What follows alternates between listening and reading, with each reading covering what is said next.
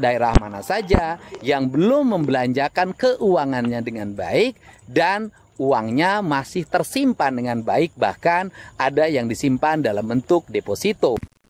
Polemik antara Kang Deddy Mulyadi dan Menkeu Purbaya tentang dugaan dana mengendap milik pemerintah daerah Jawa Barat menyadarkan kita bahwa ketika komunikasi publik kehilangan keseimbangan, kebenaran mudah tertutup oleh persepsi. Dari sisi objektivitas, Menkeu Purbaya menjelaskan bahwa data yang ia sampaikan bersumber dari laporan Perbankan Nasional kepada Bank Indonesia, di mana setiap dana pemerintah, baik pusat maupun daerah, telah ditandai secara sistemik. Ia menegaskan tidak pernah menyebut angka khusus untuk Jawa Barat, dan bila ada perbedaan data, maka pihak daerahlah yang berhak memverifikasi langsung melalui saluran resmi. Sementara itu, Kang Deddy Mulyadi menegaskan setelah melakukan pengecekan, tidak ada dana deposito milik Pemda Jabar di bank, sebagaimana disebutkan oleh pemerintah pusat. Ia bahkan menantang Menkeu Purbaya untuk membuktikan tudingan bahwa terdapat 4,1 triliun rupiah dana Pemprov Jawa Barat yang mengendap di bank. Deddy menilai tudingan tersebut tidak berdasar dan berpotensi menyesatkan opini publik, karena menurutnya tidak semua daerah menahan belanja atau menimbun dana. Banyak pemerintah daerah, termasuk Jawa Barat, justru telah mempercepat realisasi anggaran agar manfaatnya cepat dirasakan masyarakat. Deddy juga menyerukan keterbukaan data dari pemerintah pusat. Umumkan saja daerah-daerah mana yang belum membelanjakan keuangannya dengan baik, bahkan yang menyimpan dalam bentuk deposito.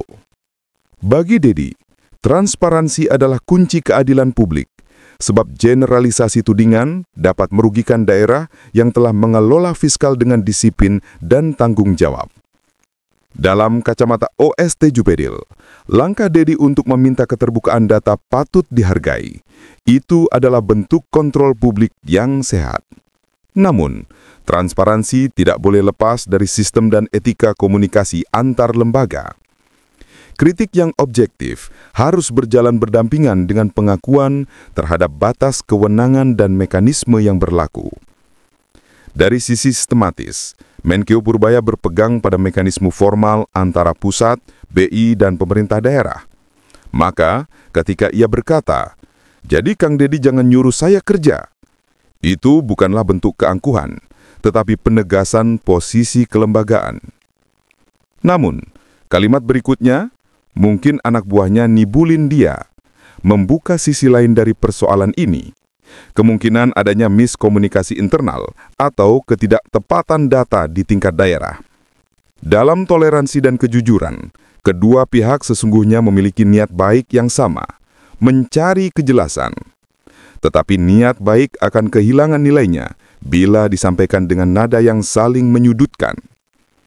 OST Jubedil mengajarkan bahwa perbedaan pandangan seharusnya menjadi ruang untuk menemukan kebenaran, bukan medan untuk saling menegaskan. Sikap benar dan adil menuntut keberanian berpihak pada fakta, bukan dugaan. Yang harus dijaga bukan gengsi jabatan, tetapi integritas data dan kebenaran publik. Karena dalam ruang publik, yang penting bukan siapa yang menang debat, melainkan siapa yang menegakkan kebenaran tanpa mengorbankan martabat. Dan disinilah hakikat OST Jubedil perlu selalu kita ingat. Menjadi objektif berarti berpikir jernih. Menjadi sistematis berarti bertindak terarah. Menjadi toleran berarti menjaga ruang damai. Menjadi jujur berarti berani berkata apa adanya. Menjadi benar berarti berpihak pada kebenaran. Dan menjadi adil berarti menimbang tanpa keberpihakan.